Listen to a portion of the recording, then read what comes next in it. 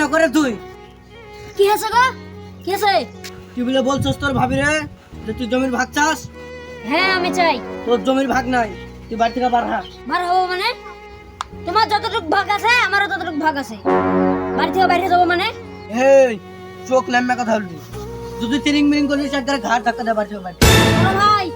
বড় ভাইয়ের মতন কিন্তু সম্মান দিতেছি, তারপর কিন্তু দিব না। এই তুই কি করবি? কাজটা ঠিক করলি না বড় ভাই।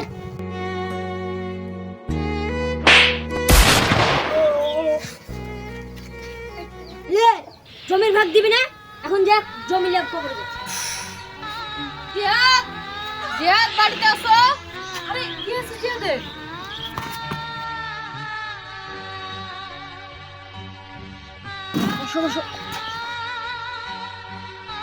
কি হয়েছে তোদের?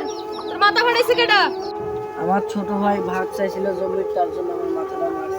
ছোট ভাই বড় ভাইরে মারছে? ওরে ডাক দে। এ হোসেন, সালাম আলাইকুম মোরল সাহেব। তুই বলে তোর বড় ভাইকে মারছস? হ্যাঁ মারছি মোরল সাহেব। বড় ভাইকে মারছস কি জন্য? চেয়ারের উপর বসেন। না না তুই বস, তোর এমনি মাথা ব্যথা আলা ফেলছে। না না সমস্যা নেই, বসেন।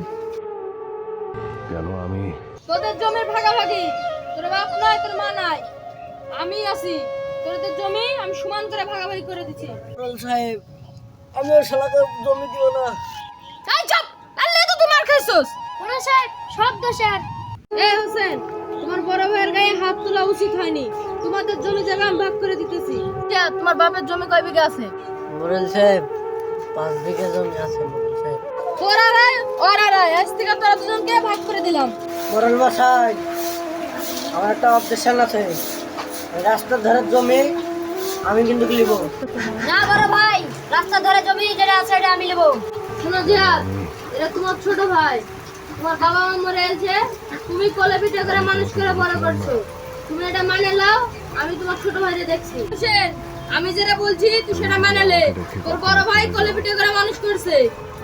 মাতাবর সাহেব আমার ভুল হয়েছে, আমাকে ক্ষমা করে দেন। আপনি যেটা বলবেন আমি সেটা মেনে নেব।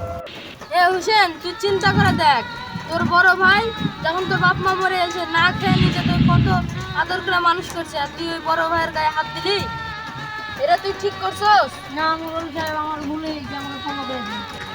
এ হোসেন, বড় ভাইয়ের হাত ধরে মাপ চাও, যাও। বড় ভাই আমাকে মাফ করে দেন, এরকম ভুল আর হবে না। বড় ভাই মাফ করে দেন।